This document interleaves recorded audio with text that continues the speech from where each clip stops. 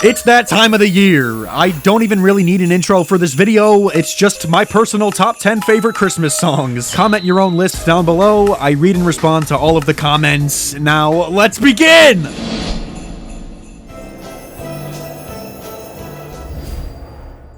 Tenth place, I went with...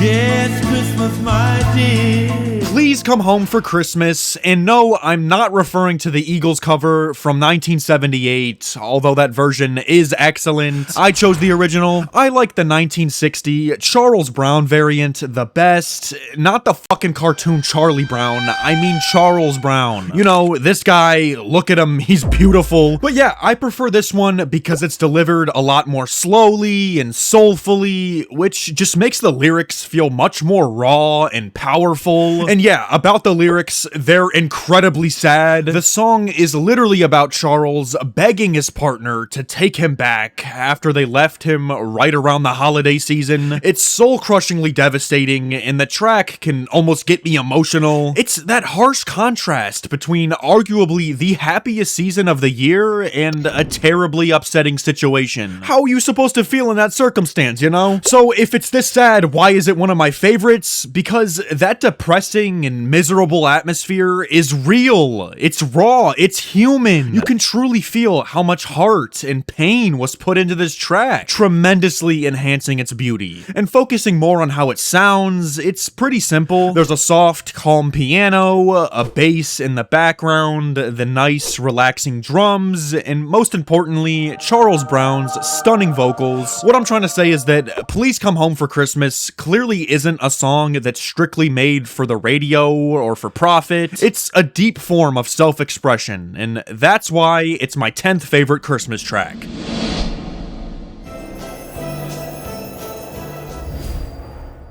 Yeah, number 9 I'm going with... Step Into Christmas by Elton John. We've got a happy song now. It was released in 1973 as a single, and it was actually slapped onto the deluxe version of Goodbye Yellow Brick Road. Not sure why, but alright, I guess. It's a joyful song about celebrating Christmas with your loved ones in a warm, positive way. He thanks them for being in his life and is excited to move forward alongside them. It's just an overall good feels, optimistic, cheery track. It always puts me in a good mood. The instrumentation is a lot more layered on this track. We have the piano paired with the crisp guitars, a nice bass, and some drums, and my favorite being that lovely synth. It's all mixed and mastered so flawlessly. It's just so bouncy and lively. Elton sounds like he's having the fucking time of his life on this thing. No emotional trauma, no seasonal depression shit, just a guy in a great mood telling you to lock in and enjoy the holidays. Honestly, it's kind of refreshing. The song is actually so incredibly festive to the point where it almost comes off as corny or like it's trying too hard, but I kind of love that about it. It's like it knows what it's doing, but it just doesn't care. It's like Elton John is telling you to step the fuck into Christmas, whether you want to or not.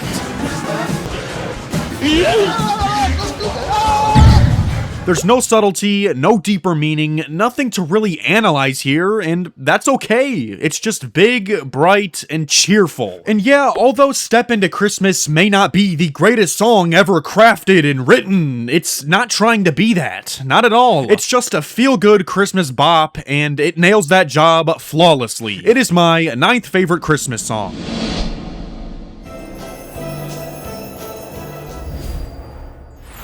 I got a secret. For number 8, I went with... It's the most wonderful time. Of course, I had to include It's the Most Wonderful Time of the Year, the classic, 1963, Andy Williams, lyrics by Eddie Pola, and music composition by George Weil, one of the most recognizable and beloved Christmas tracks, and for a good goddamn reason. When you imagine a Christmas song, you make a little list in your head, and this song is exactly that. Bells, check. Snow, check. Mistletoe, check. Gay happy meetings? Absolutely a fucking check. A Christmas staple. But for real, the instrumentation is just so grand and larger than life. There's huge orchestration, the fantastic, iconic horns, twinkling bells, and Andy's confident, soaring vocals that just dominate the track. It almost feels like a fake song, and by that I mean, I cannot imagine a world where this song does not exist. It feels like a song that just spawned in alongside Earth. It's always been here, and it always will be here. It's just too important, I don't know. It's also one of those songs that you cannot avoid. If you go anywhere during the holiday season, you will hear this song, and usually that kills a track. It gets overplayed and annoying, and you'd rather do fucking anything than listen to it again, but that doesn't happen here. I love it every time I hear it, no matter where or when that is. And at the end of the day, it's the most wonderful time of the year. Is loud, it's confident, it's extra, and that's what makes it so pure and fun to me. It's a timeless classic, and also my 8th favorite Christmas track.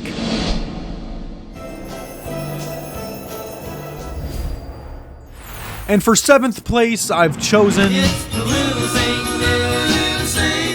Little Saint Nick by the Beach Boys. Came out back in 1963, and it has that iconic, charming atmosphere that the Beach Boys typically bring. Right off the rip, you get the twinkling chimes and jingling bells. There's those classic Beach Boys drums and harmonies that slide in perfectly. The backing vocals are high-pitched and stacked beautifully. The melodies are simple, yet insanely catchy, and it has an overall youthful, bright energy that feels like waking up on a Christmas morning.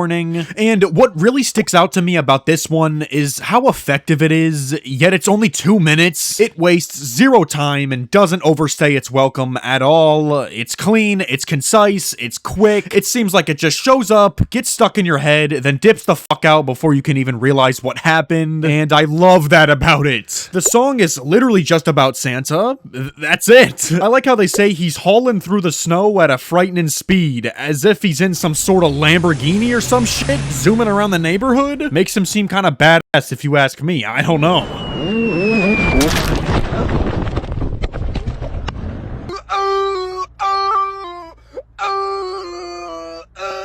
I love the Beach Boys, I love Little Saint Nick, and I do not want to go through a holiday season without this wonderful track. It always lightens my mood, and it's my 7th favorite Christmas song.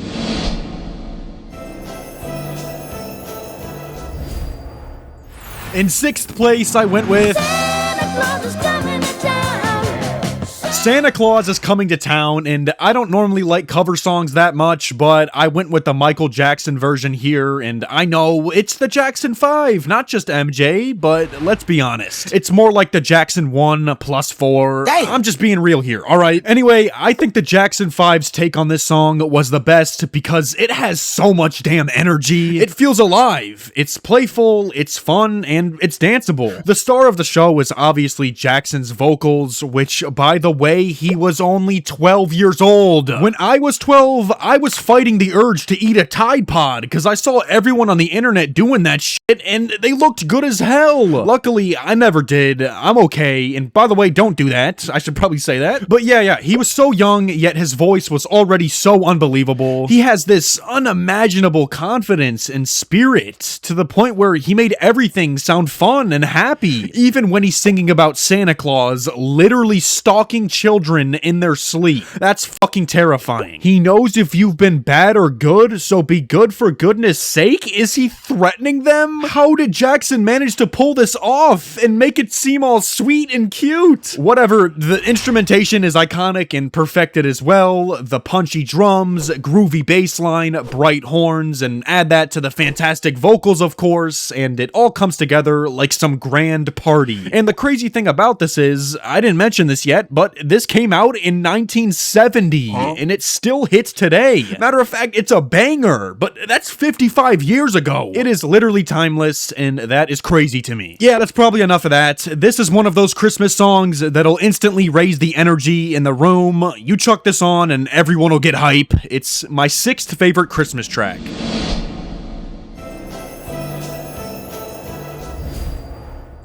And for 5th place, I chose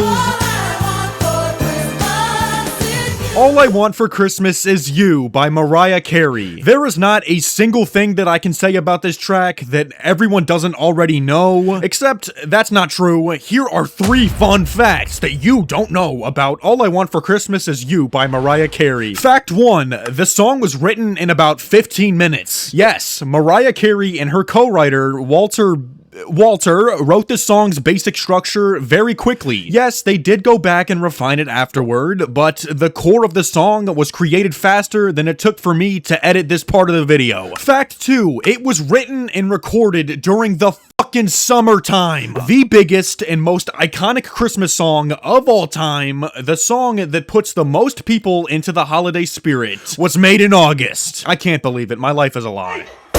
Oh my God, bro, you're wild. Fact 3, this was the first Christmas song that Mariah Carey ever made. She just nailed it on the first try, I guess? A bullseye? It was like a dude perfect trick shot. How does that even fucking happen? I don't know. And I'll throw in a little bonus fun fact. I am Mariah Carey. 'Cause I just want you here tonight, holding on to me so tight. I told you, you should have just believed me when you had the chance. Anyway, you've surely heard this track. You either love it or hate it. I love it. And whether you like it or not, it's coming back next year. Be prepared. It is my 5th favorite Christmas song.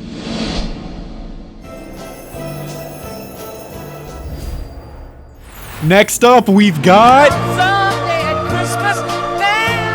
Someday at Christmas by Stevie Wonder, released in 1967, and wow, this one hits differently. Right off the bat, you can tell this isn't your typical jingle bell, chug the eggnog, bro, type of song. Nope, this one's got purpose, it's got a message, a big ass statement behind it, and the lyrics are truthfully heartbreaking, but there's this sliver of hope in there. He's essentially saying that someday there will be no war, no hate, no unnecessary death, or children suffering. It's like a peek into the darkest corners of the world, but with a positive outlook on it. That darkness will fade away one day. He doesn't know when or how, but he's so confident that it will go away. It was actually written during the Vietnam War, so these aren't random ideas that he suddenly came up with. They were relevant. The world was literally burning at the time. And while the instrumentation is gorgeous, there's the gentle piano, the warm strings,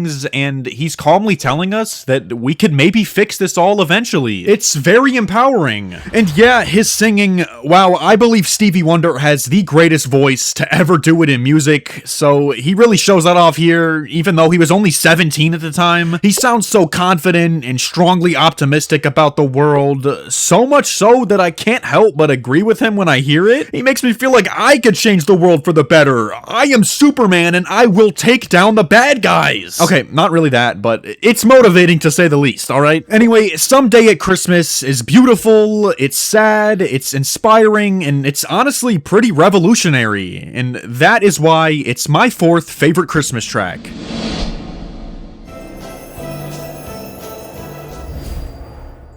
We're in the top 3 now. Last Christmas by Wham came out in 1984, and goddamn, it really does feel like it. The second you hear it, it's like being hit with the entire 80s at once. I mean, the synths, the drums, that soft, smooth George Michael voice that makes you feel nostalgic. Honestly, it kind of reminds me of Everybody Wants to Rule the World, if that song was about heartbreak and Santa Claus. The lyrics are kind of fucked up when you really think about it. This poor dude gave his heart away, got rejected, then relives that scene over and over and over every single year around the same time. He's trapped in this endless cycle of remembering what he could have had. It's tragic. And despite how depressing the lyrics are, the song is unbelievably catchy. Most people just know the chorus to this track, even if they've never been the one to turn it on. It just lives in your mind. And yeah, the production is just so polished and clean, most notably being those iconic synth layers. It's just perfect. It's the glossy pop of the 80s at its peak, with incredible delivery, memorable lines, and flawless execution. And I hate to be that guy, but I'm on team Wake Me Up Before You Go Go is better than Last Christmas. I know, they're both great. I don't even know why I'm saying this. I just like the other one more. Whatever. If you want a song that sounds pleasant and catchy, has a deep and relatable theme, and has infinite replay value, then Last Christmas is for you. And yeah, it's for me too, because it's my third favorite Christmas song.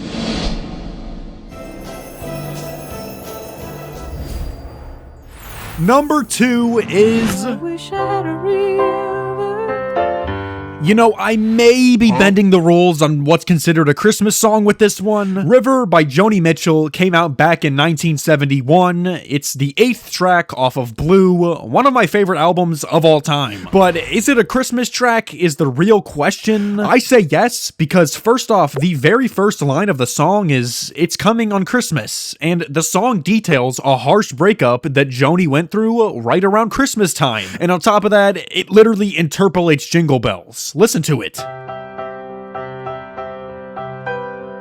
That's gotta count, right? So yeah, River isn't loud, it's not festive, there's no big chorus or grand climax, and that's exactly why it works for me. It captures the side of Christmas that most songs don't even try to, a feeling of regret, wanting to escape or disappear, that feeling of being surrounded by joy while you're quietly falling apart inside. That is River. And the instrumentation is just, mwah, chef's kiss. It's so simple and almost icy sounding. There's the repeated somber piano, and other than that, it feels kind of empty almost, which I think represents how Joni feels on the inside. It's so straightforwardly perfect, nothing to complicate it, nothing to distract from it, it's just pure inner despair. And I'm aware that it may not be the easiest listen for some people because the harsh reality of pain is sometimes uncomfortable for some to hear, but to me, that struggle is uncomfortably beautiful and mesmerizing. Yeah, that's all I gotta say. River doesn't try to cheer you up, it doesn't offer some solution, it just understands you. Sometimes there's no need to force that happiness, and that's why River is my second favorite Christmas track.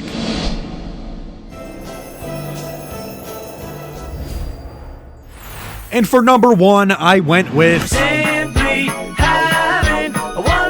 I know, this may be surprising, but let me do my best to explain, alright? Wonderful Christmas Time by Paul McCartney came out back in 1979, and people either love it or absolutely despise it. There is no in between. The song is all over the place, it's messy, it shouldn't work, but I honestly adore it with all of my heart. So, let's address the elephant in the room, those synths. That goofy, plastic, drunk-sounding synth line that repeats for the entire song. It sounds like if I slapped my hand across the keyboard for about 30 seconds blindfolded and used whatever it gave me on loop. It shouldn't be good, but is it?